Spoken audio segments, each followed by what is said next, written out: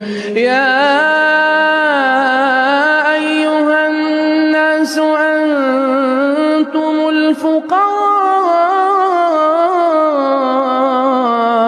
إلى الله والله هو الغني الحميد إن يشأ يذهبكم ويأت بخلق جديد وما ذلك على الله بعزيز.